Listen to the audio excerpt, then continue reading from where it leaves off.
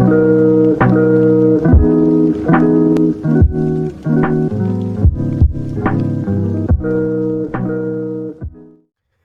folks, how's it going? RedMaster here, and welcome back to another video. Of course, it's been a hot minute since we've made some content on the channel, but of course we were taking that time off to recharge a bit.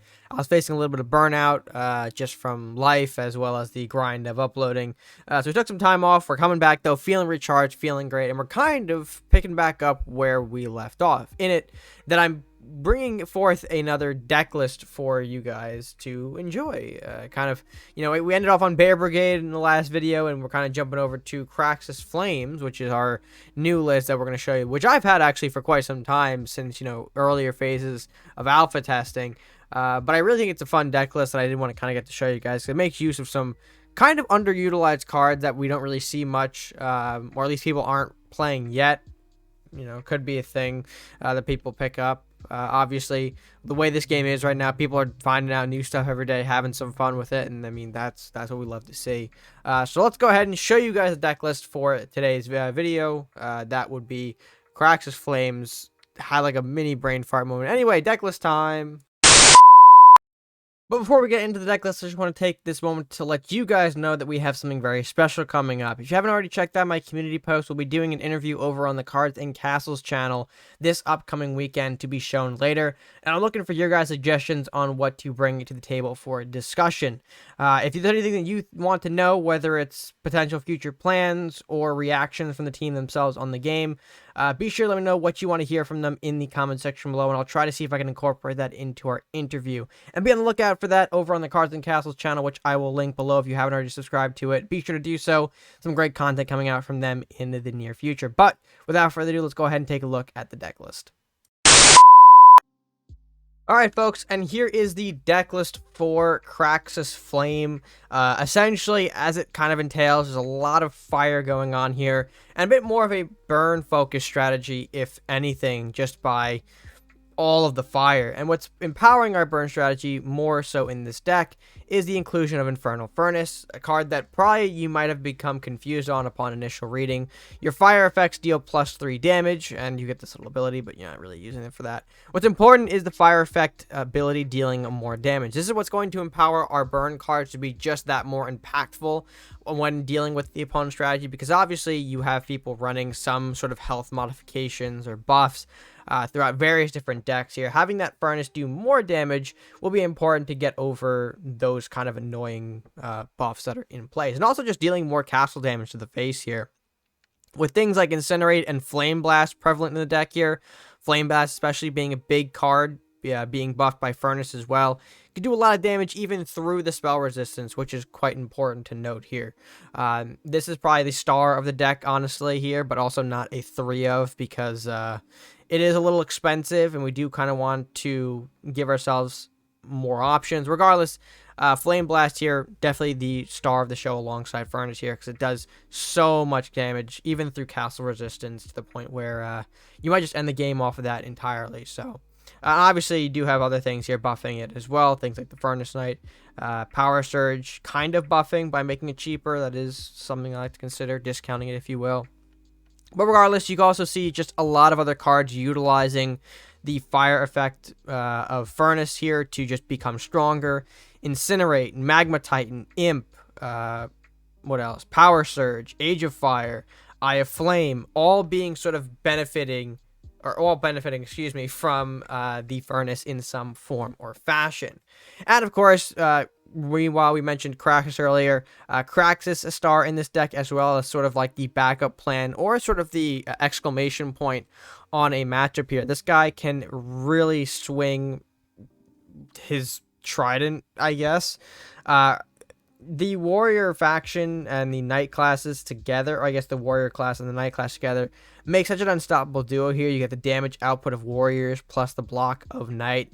Really takes this thing to another level and really makes this a scary, scary threat, and a great incentive for mono decks, which is what we are, funny enough, in mono warlock. So we're using this guy to potentially close out games or just do cleanup duty. Give you a great way to remove some of the bigger threats that we've seen here on the board, i.e. maybe dragons, if you will. Some definitely big dragons out there that we want to stop with the Craxus. Also, Headmaster Saurus in here as well as the other legendary rounding out the pool. I think people have really slept on Saurus, maybe because we haven't been experimenting too much with him lately because there's been so many other cool things, but this guy can really become a brick house when standing on a rune. The +1 range kind of makes him into a semi-sniper, which is cool. The increased attack and armor, which is our extra forms of stats for him, is just devastating. And of course, all on a rune, which you can use as protection in a way for something like Eye of Flame here. You shoot an Eye of Flame rune in the middle, power up the Saurus, and you have a nice little burn after effect on anything that wants to come in contact with the Saurus here. So a lot of great things going on with this card here. Let's go ahead and talk about the card by card, just kind of give you more of an idea of what we're doing. As you mentioned all the legendaries, Eye of Flame, I think we'll mention just a little bit more here. This guy, of course, able to deal increased damage with the furnaces out, so potentially dealing upwards of, doing some math here, 8 plus 9, be about 17 damage directly to the face here. Obviously, that doesn't include the Furnace Knight buff as well. So this eye can really chip away at Castle quickly if you're diligent about getting it on the field. Following that, you've got the boy himself, Headmaster Saurus, and then Craxus, which you've already discussed here. But moving right along, Acolyte as our generic Warlock unit here. She's pretty good, along with the Bearhawk. Someone can just do some more early damage to the castle, which is important. You want to kind of start chipping away as early as possible to kind of make your burns more impactful later and potentially close out the game with those burns. Age of Fire, another early form of burn here, just kind of get things cleaned up a little bit here. Also providing a nice little early play for Flame Prince, which is also in the deck here. A Flame Prince turn 2 into an Age of Fire turn 3 could lead into a level 4 Flame Prince right off the bat here, and already taking that much damage away from face. Can be pretty impactful, so Flame Prince, of course, a necessary 2-drop in here. Then, of course, the Furnace, which, of course, is the star. Incinerate following that up, another sort of burn that we've got going on here.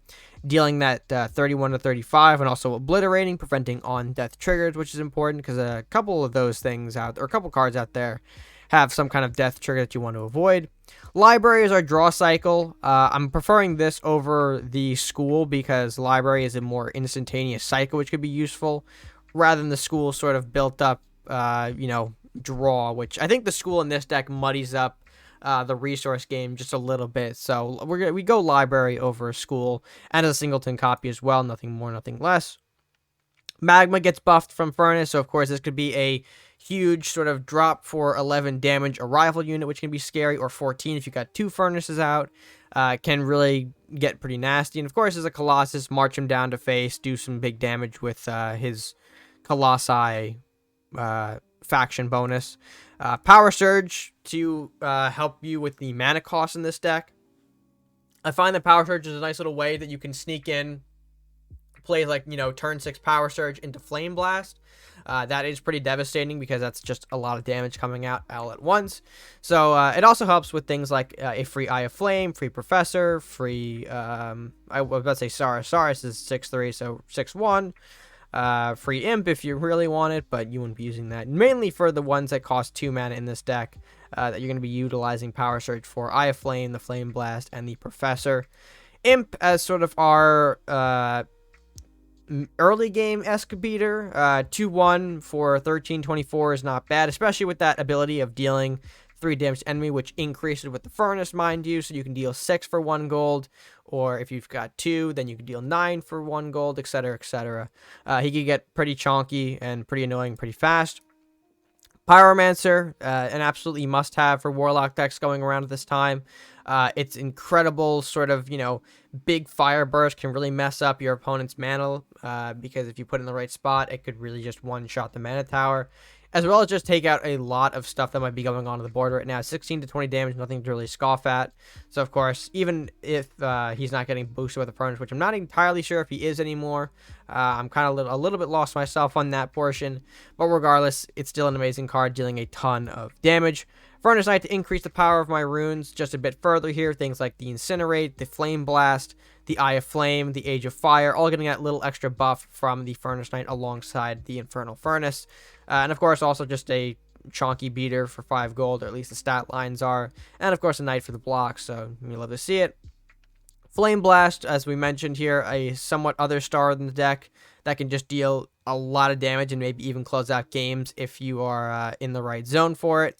And then running at the list, we've got Professor. He's got this little explosive fire, which again, I don't think is being counted in the furnace, but more importantly is sort of the +1 range on him. I think most people have been sort of underestimating that realistically. He can really shoot far and also get the melee response being a mage. So he's got benefits here, and he works pretty well in here as well. So we decided to run him. But with that being said, that is going to cover up our list. Let's go ahead and get to the games, though, and see how this deck can perform. All right, folks, and off we go to game number 1 as we open up, interestingly, swapping away those eyes because we're not going to need them here. Pulling the library is a good cycle tool in the, somewhat late early to early middle stages of the game is great. Our opponent on green-yellow, though, opening up with a trading post for some early ramp here. Not exactly a huge fan, but we'll see where it goes here. I'm going to open up with Imp. Imp is a bit more of a heavy beater in this case to the trading post, so definitely think that I was in the right here going with that over Flame Prince. Plus, I want to kind of wait till Flame Prince maybe had some rune synergy with something like the Age of Fire in hand, so we would get more use out of him. But our opponent opting to Cursed Vessel. Mind you, these games were actually pre-changed to Cursed Vessel, so Cursed Vessel showing up at 1, or Cursed Vessel showing up at 1. And the merchant state for follow-up here. So a bit more of a, ramp storm deck is our ramp storm deck is what our opponent is running here. We go in straight for face here with the Imp, no reason not to. Our opponent, meanwhile, going to go for the Shark here. Pretty good since we don't really have a clear response to it. We're going to start the second Imp to try and provide some beef to the board here for our side. Imp's going to trade with 2 of those Skeletal Pirates, though, in the meantime, which is great here. He is trying to kind of weaken the Imp, I imagine, for a land shark kill here. We're going to try and weaken the shark the best we can. I don't think it matters, though. Yeah, he still gets the overpower over on our Imp. Unfortunate, but not a huge loss. Initiative will swing back to us here, and we do pick up the Acolyte for turn. We're going to throw that plus the Flame Prince to start getting him going, here. Meanwhile, Con Artist hitting the board, so a bit more of a steal element in our opponent's deck as well. We're going to have to use the Acolyte Imp combo here to finish off the Land Shark here. This is going to lead to Flame Prince getting knocked around a bit by the Con Artist. Meanwhile, we're just going to kind of ignore the Con Artist, go for a little bit more face damage here, pulling the Flame Blast for turn, which is an interesting pull here, because it can deal with something like Southport Captain if we see that becoming a problem here. I'm, in the meantime, going to opt for just the Furnace Knight for this turn. He is going to just shoot me in the face with the Captain and Pass here. I'm going to use the opportunity to just take away a bit more of the Con Artist's life here, just so he becomes weaker. He's going to incinerate my Furnace Knight, which I believe is not the kill, but Con Artist will be there to finish off the job anyway, as you can see there. We'll trade with the Furnace Knight with the Con Artist and pass turn. Funny enough, we draw Incinerate for our turn.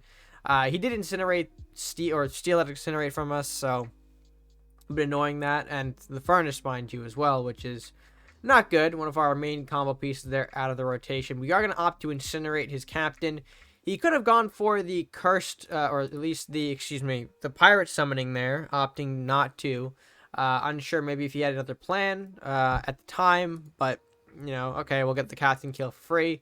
Goes for the library draw instead, and we'll just simply pass back turn. Seems like he is digging for something in this deck. He's going to opt for Shipwreck to draw 3 crewmates, as well as Entomb once. A nice way to kind of thin out your deck a little bit. Inadvertently giving us Flame Prince energy, though, in the meantime, because, of course, we can just step on that rune and gain ourselves a quick 2 levels right there, which you see. And we'll also Furnace Knight bash the library around a bit here, just to get that going on the board here. Take advantage of an open board state to establish our rune power up here, which we are going to be using quite in a minute here, quite soon. As the Furnace plus Age of Fire combo comes down now, this is going to be big, allowing the Flame Prince to go into a level 6 here. Manfish and Villaroth the response. Not sure if he misplaced the Manfish. He could have easily blocked off the runes, the rune level up from us, so not sure why he didn't do that. We'll lose the Flame Prince, though, in the meantime, so I'm not going to get as much damage out of the Age of Fire, but still going to be quite a bit of damage here. We're also going to opt to Acolyte chip a little bit here, as well as draw some cards. We're not really looking to entirely kill off the Villaroth this turn. We could have easily gone for something like Flame Blast in this case, but we want to kind of save that. If you notice, this castle is getting, a bit low here. Now I think we're just about halfway, if not exactly halfway through our opponent's castle, so we do need to kind of chip that down just a little bit more here. Goes in 2 more captains here. We're going to opt to draw with the library, picking up a great draw in Eye of Flame. Eye is going to position a rune right in the middle of the castle there. It's going to kill off the estate, the furnace, and the trading post, as well as now weaken the captains, which I'm not sure. I mean, he could have moved the bottom one out of the way, but I guess the top one was not in a great position no matter what here. I'm going to meanwhile retreat with the Acolyte, although moving the Velaroth forward allows me to kind of sneak in a Bear Hog, which will take an additional 10 points of chip damage from the opposing castle. We'll see a Mugging hit the board here. That's going to clear off our Acolyte. A bit unfortunate, but we're still in mighty control, I would say, here. As you can see, Eye goes off 11 damage to the face off of the Furnace buff here, and that can, of course, continue for free as long as Eye remains on the board here. But you'll see we go ahead and pass turn. You might be wondering why. At this point, I'm kind of thinking we should have enough burn power in hand to kill him. Both Power Surges combined with the Flame Blast should be enough, and at this time, Power Surge only really did 20 flat, not the range that it has now. But as you can see there, the Flame Blast into the Power Surge into the Flame Blast is a nice little way to deal 6 gold worth of big burn damage to his face. We'll take a hefty 50 from the Velaroth, but that is not going to be enough here. I could opt to just end the combat, I think, with the pass turn, but we just end off the Power Surge anyway, because I didn't want to prolong the game here in case you had something else like healing maybe in the deck. But overall, a great demonstration of what the deck is about there. You saw the control aspect. You saw how we just kind of slowly, as the game progressed, chipped a bit more and more from his face, eventually growing with each sort of tick because the damage from Furnace kind of takes us over the threshold to where we can just deal, you know, big spell damage at the very end, at least with something like a Flame Blast to kind of close out the game. However, that was only one game. Let's go ahead and take a look at another game now and see what we can do. Alright, folks, and game number 2 underway. We're going up against a Crusader Druid, which is interesting. A couple of combinations can be in this faction. Things like Dragon Knight healing, just obnoxious Elsevier stuff maybe, Elsevier Voltron-esque type thing. Regardless, we're going to see how it goes here. We do open up the Craxus in our game here, so that should be fun. We're going to opt to take Flame Prince damage while we can. I believe we charge in here. Yeah, we do charge in. Seems stupid, but again, this deck is all about the slow chip to eventually kill. So every bit of damage counts while we can get it. For turn, though, we do see the Sunsteel Cleric. We're thinking, okay, that's not exactly great. We're going to have to pass here because we do want to incinerate the Cleric. He will get some value off of it because it is his initiative. But we want to make sure that the only value he'll get out of it, we're going to incinerate it this turn, taking it off the board completely. Is a Dwarven Greed into Dragon Crest Shield, though, which is quite annoying. A nice little way to kind of keep that alive, and a neat little combat trick that I wasn't expecting. But regardless, it goes back to our initiative here. We can set up a Pyromancer now to kind of take the board. I think this was a awkward position, honestly. I'm not sure why I committed to that spot, but hey, this still works. We're not going to go for the Mana Tower. We're just going to go for face because, again, we want that chip damage. Going to clear out both the weakened Cleric as well as the Priest here. Meanwhile, he's going to opt to just Sunsteel Cleric me to the face, get healing on the Cleric, unfortunately, and not the castle, while also using a Knight Tutor there to bring something into his hand. Not sure if it's Genevieve or another Knight. Although Dwarven Greed and Frog Prince, the follow-up, which is okay, not really too bad, but still gross. A Pyromancer gets taken off the board because Frog Prince is just a meaty boy. I don't really want to move into the Frog Prince yet, and thankfully he actually moves his Cleric forward, allowing me to kind of take some damage here, opt for the Cleric hit just so I can get it a little bit weaker at this point, so we'll finish it off in the next turn. We're going to opt for some Furnace setup here. As you can see, a more defensive Age of Fire here in this match, in this scenario of this matchup, English. Although, meanwhile, he opts to, I believe, double Enlightenment here for a full hand. I, in hindsight, probably should have moved the Imp out of the way here. Imp does just die to the Frog Prince completely. No big deal, though. We do deliver a meaty Age of Fire here. Although Frog Prince, quite resilient, as you can see there. Not taking as much damage I think we would like to see, but still quite a bit of damage. For our turn, meanwhile, we're going to slap down a second Age of Fire plus Furnace Knight for some defense here. Really just trying to clear off this Frog Prince, which is becoming quite a nuisance. We do lose one of the 2 Furnace Knights, though. A bit unfortunate, but we are going to use the second one to mess around. Hit into the Paladin, so that way the Age of Fire takes it off the board here. I believe he moves the Priest into the Age of Fire, surprisingly enough, and uses the Cleric heal on said Frog Prince, which Not sure if that's the best move because you do just lose that for free. Sure, you get a little bit of healing, but it's not super useful. But at this point, we stalled enough to bring out the Craxus here. Craxus is going to hit the board, and it is a big, imposing figure to be sure. He opts to fortify the frog print here, as well as throw living vines and books. But as you can see, fortify not going to do a whole lot when Craxus is as meaty as he is. Able to clear out the frog prints despite the fortify buff, and now he's just left with books and vines. This tag team, though, going to take out the Furnace Knight, or at least attempt to, just barely getting the kill connection there for Furnace Knight. Meanwhile, he starts off the next turn here with Dragon Knight and Dwarven Paladin. So at that point, I noticed that this is sort of the Dragon Knight heal deck, in which a lot of cards in this deck can heal themselves or have healing abilities or stuff like that, which can, of course, buff their attack stats simultaneously. So it's like this infinite stat booster type game that you play with the units. As long as you keep them alive, they'll keep growing stronger and stronger and stronger in terms of attack power. But meanwhile, we're going to opt for Library here, picking up Acolyte, not using the Pyromancer because it isn't our initiative. I normally like to use Pyromancer when I am on the initiative so I could use that burst ability to the best I can without the opponent being able to really respond appropriately. So we're going to hold off on the Pyromancer for now. We're going to meanwhile opt to just see what he does by throwing the Acolyte. He will kill off the Furnace Knight with the Paladin as well as get a little heal off. And of course, you can see there, because the Paladin healed, everything gets just a little bit stronger and could do a bit more damage. Opts 2 books into the Acolyte, but of course we'll pass back. We noticing the Vines threat becoming a bit more of a problem. We'll take that off the board as quickly as we can, while also chipping away at the books just a little bit more as well. Our opponent is going to pass turn from that, though. We are going to opt for a Library draw and a simple pass turn at that. Drawing the second Pyromancer, though, not bad. We're going to throw that bad boy out. He's going to be a bit more of a nuisance here. And our opponent opts to surrender at that point. I guess he has no way of dealing with the Craxus that was on the board, which I understand. I mean, Craxus is such a big unit that if you're not prepared to deal with something like that, or like, you know, a dragon, because Craxus' stat line, I think, is nearly equivalent to that of a dragon.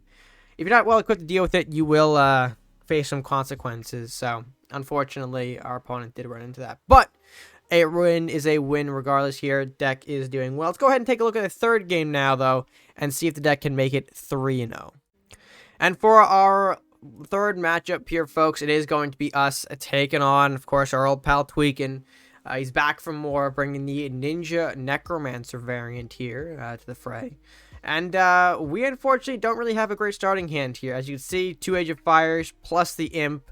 The Imp is going to be a nice opening play for us for the turn here. But we have to kind of wait and see if we can really use these Age of Fires appropriately as the game progresses. Flame Blast is a nice pickup. We can use that later if we want to. We would have the exact resource count to use it, but that would be quite an investment on our part here. So we'll hold off to you what we can do with that in the future. But for now, we do see the Vermin Tunnels here, and it is going to be an Altar Rat strategy. I figured, alright, let's try and get rid of this Altar then as quickly as we can here. Going to pop down the Age of Fire. He's going to retreat the Rats up, so keeping those guys out, but also leaving his Altar vulnerable, as you can see. We are going to pop it with both the, or actually no, we're going to pop it with the Imp Strike and then use the ability on the castle, because at that point, Age of Fire is enough to clear it from the board. We are going to follow up with the Furnace, though, for turn here, just to make the Imp a little more stronger. He will play the Rat King in response to this. The Rat King, not a bad choice here. We are going to opt to pop his Mana Tower just a bit here and go for another bit of face damage again. Keeping the chip going, keeping that slow burn as best as we possibly can. Meanwhile, he's going to move around his rats a little bit here. Unfortunately, we don't really get a good idea of where they are, because of course they are stealth. We try to shoot one with the Furnace Blast to no avail. And of course he's got his rats all scattered around here just a little bit. But in such a way that we can use the Magma Titan here to great effect for turn. We're going to Age of Fire the back just a little bit here, then follow up with said Magma Titan. Going to burn off the Imps there, as well as deal some hefty damage over to the Rat King, who for turn will just chip into face here. Nothing too special. It's going to leave Magma Titan to chip away the remaining rat there, and the Imp goes in for a hit as well. I believe he just goes in with 1 rat here, rather than the 2, I believe. Oh, no, he does go in for 2. Yeah, okay. Yeah, that makes sense. You want that altar damage after all. And, of course, Age of Fire going to pop, taking out the Fencer, as well as dealing a bit more damage to my castle with the altar. But here, though, we're in a very good spot. As you can see, Eye of Flame going to shoot right down the middle there. It's going to take out the altar for next turn, so we don't have to worry about it. We do have the Imp Burn as well for turn. He's going to play Vermin Tunnel Sushi Shack. no big deal. As you can see, we're going to keep chipping away where we can. The damage actually is fatigued from our imp, so we're not dealing 6, we're dealing 4, which is still higher than what we would normally get, which is great. So imp providing some more use for us, even though he's been really taking a beating throughout this matchup here. And here's where Tweegan pulls off his big play, which is the decay. Decay has some nice little funny stuff here. It could burn off the rats instantly, deal some nasty amounts of damage to the castle, kind of catching your opponent off guard type of thing here. So we're going to see him cast that this turn. Going to impact the entirety of the board here, including my own castle and his own castle, which is great for our strategy at the end of the day. But as you can see there, more damage being dealt across the board, and of course the altars dealing more damage. But of course, the eye ritual not kicking into effect after the pass turn. At this point, we can pretty much give the summon phase to our opponent. We don't have to commit anything onto the board here as long as he doesn't have any sort of damage reductions like Shadow Ward, which he doesn't pull off this turn, so we are able to just shoot a flame eye forward. And we'll see him do some stuff, but he knows it's over. He'll pass it back to us. We will finish off with the Flame Blast for a 3-0 for the deck. Not bad for mono red here. Mono, certainly a bit of a powerhouse in a way, I guess. I say that only playing mono red so far, but realistically, any mono deck that can take advantage of Craxus, I think, is a worthy contender in this format because, you know, Craxus is just a powerhouse, man. He can just beat me whenever. Wait. Alright, folks, with that being said, I hope you guys did enjoy today's video here. Let me know what you guys think of the Craxus Flame deck. It's certainly one of the more fun decks that I've had. Again, while it is a bit of a burn strategy, which I know has been going around a lot, different aggro strategies are very prevalent right now in CNC2.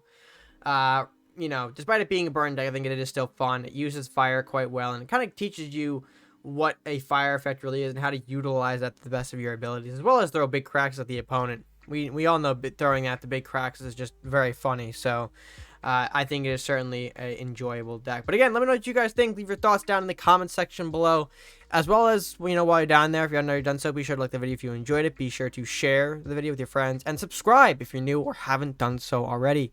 Subscribing is the best way that you can show your support of the channel and help it grow. We are, of course, always on our journey to 1K. And don't forget, folks, to leave some feedback in that community post as well. Let me know what you guys want to hear on the upcoming interview with Red Team Games. But with that being said, folks, that's going to do it for me for now. So, until next time, stay gaming.